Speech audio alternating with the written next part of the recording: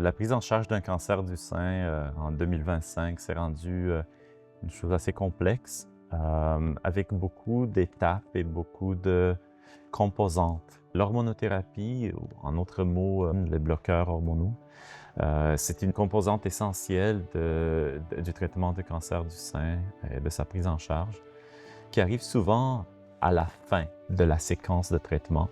Ça va agir soit sur les récepteurs au niveau des cellules cancéreuses en les bloquant, ou bien en diminuant la production d'estrogène dans le corps par un enzyme qui s'appelle l'aromatase dans les tissus graisseux, musculaires, dans le foie, et ainsi de suite. Quand on apprend qu'on a le cancer, déjà on est sous le choc, mais en plus, on arrive avec un nouveau vocabulaire, des nouveaux termes. J'ai entendu un médecin à un moment donné parler de clés et de serrures pour illustrer un peu ce qu'étaient les bloqueurs d'hormonaux. En effet, j'aime beaucoup cette métaphore de clé et serrure.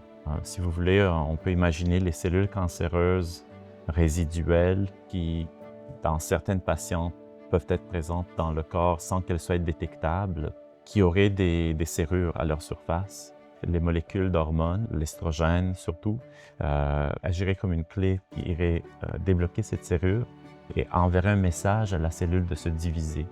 En même temps, cette métaphore est bien illustrative pour une modalité de traitement. Par exemple, le tamoxifène irait bloquer les serrures elles-mêmes sur la surface des cellules. Alors les clés, même si elles sont présentes dans le corps, ne pourront pas accéder à la serrure pour la débarrer. Tandis que les inhibiteurs de l'aromatase, ça fonctionnerait sur le corps entier en diminuant le nombre de clés qui seraient disponibles pour aller se coller aux serrures. Moi, j'ai entendu dire qu'en fait, les inhibiteurs de l'aromatase, c'était pas très indiqué pour les femmes qui ne sont pas ménopausées. Est-ce que c'est exact? Vous avez tout à fait raison, avec une petite nuance. Mais en effet, si une femme préménopausée reçoit des inhibiteurs de l'aromatase, la source principale d'estrogène dans son corps, c'est les ovaires. Avec chaque cycle menstruel, il y a une fluctuation du niveau d'estrogène et l'aromatase, elle est produite dans les tissus périphériques, dans le gras, dans les muscles, dans le foie. Et si on va bloquer la production d'estrogène périphérique dans une femme préménopausée, les ovaires vont compenser en produisant encore plus d'estrogène. Tandis que pour une femme qui est post-ménopausée, la seule source d'estrogène, c'est les tissus périphériques. Alors si on baisse encore plus le niveau d'estrogène, on va avoir un bel effet thérapeutique et une bonne efficacité.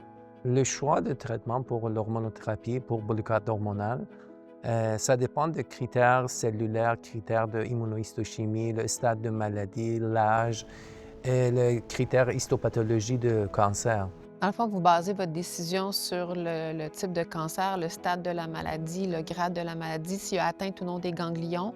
L'oncotype, je pense qu'il vient aussi orienter s'il y a un... Oui. Est-ce que c'est un examen, c'est un test que passe une patiente? C'est quoi l'oncotype en fait?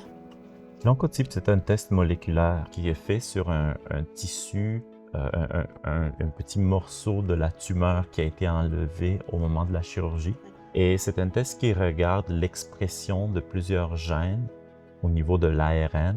Et toute cette information-là sur la biologie de la tumeur, le comportement biologique de la tumeur, est condensée dans un chiffre. Et ce chiffre-là nous donne en même temps le risque de récidive de la maladie ainsi que la probabilité qu'on va bénéficier de la chimiothérapie.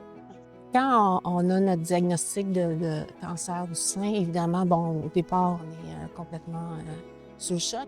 Mais après, souvent, les patientes vont se retrousser les manches et attaquer la trajectoire de soins. Donc, on veut que ça finisse au plus vite. Alors, on veut que la chirurgie arrive demain matin, même si on sait que c'est pas possible. Mais là, quand on parle de bloqueurs hormonaux, ça veut dire que ça peut durer encore plus longtemps. Vous avez tout à fait raison. Le traitement du cancer du sein, ça peut être un marathon, en quelque sorte.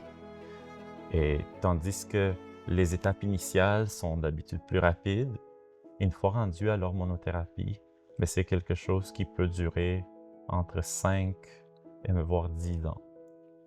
Alors, dépendamment, d'un côté, du niveau de risque de récidive du cancer et de l'autre côté de la tolérance du médicament par la patiente, on va déterminer la longueur du traitement. Et non seulement les bloqueurs hormonaux préviennent la récidive d'un cancer du sein que la patiente a eu, mais aussi préviennent le développement d'un second cancer du sein. Je vois beaucoup de patients qui pensent que puisque l'hormonothérapie, c'est une pilule par jour, il a l'air que ce n'est pas important comme Ben, c'est chimio ça. ou comme chirurgie. Exactement. C'est moins concret. Ouais. Oui, En fait, moi, c'est ce que je dis aux patientes quand je les rencontre. Je leur dis, votre hormonothérapie, là, on a donné beaucoup de traitements pour diminuer les risques de récidive, mais je dis hormonothérapie, mais les bloqueurs d'hormones, on sait que ça sauve des vies.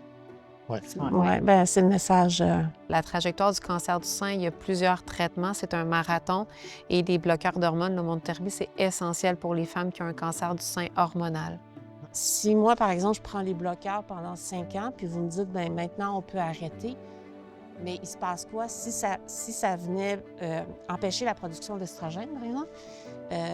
Pourquoi tout à coup, après 5 ans, j'ai plus besoin de continuer? Ou 7 ans ou 10 ans? Qu'est-ce qui détermine ça? la plupart de récidives ou métastases, ça arrive dans les premiers 5 ans après le diagnostic. Donc, on fait le traitement pour couvrir la durée que la patiente est plus à risque. Les effets secondaires de l'hormonothérapie et le bénéfice, il faut balancer entre les deux. Puis c'est pas parce qu'on arrête l'hormonothérapie qu'on arrête le suivi par mammographie annuelle, par exemple. Il y a certains patients qui disent non, je ne prends pas l'hormonothérapie. Moi, je dis pourquoi? Parce qu'il y a des effets secondaires là. Il y a des effets secondaires pour chaque médicament, même une Tinella, même une aspirine. Mais il y a des solutions pour empêcher les effets secondaires. Pour l'hormonothérapie aussi, c'est la même chose. C'est important, ça sauve la vie, ça diminue le risque de récidive, c'est efficace. C'est pas toutes les femmes qui ont des effets secondaires à la médication. Toutes les femmes réagissent différemment à différents niveaux. Je pense que c'est important de défaire cette croyance-là. Je pense que c'est important qu'on parle des effets secondaires, mais qu'on parle aussi de qu'est-ce qu'on peut faire pour contrer les effets secondaires et justement dire que c'est pas toutes les femmes qui ont des effets, puis qu'il y a différentes solutions pour différents enjeux d'effets secondaires. Donc, je pense que c'est super important qu'on adresse le sujet, effectivement, des effets secondaires.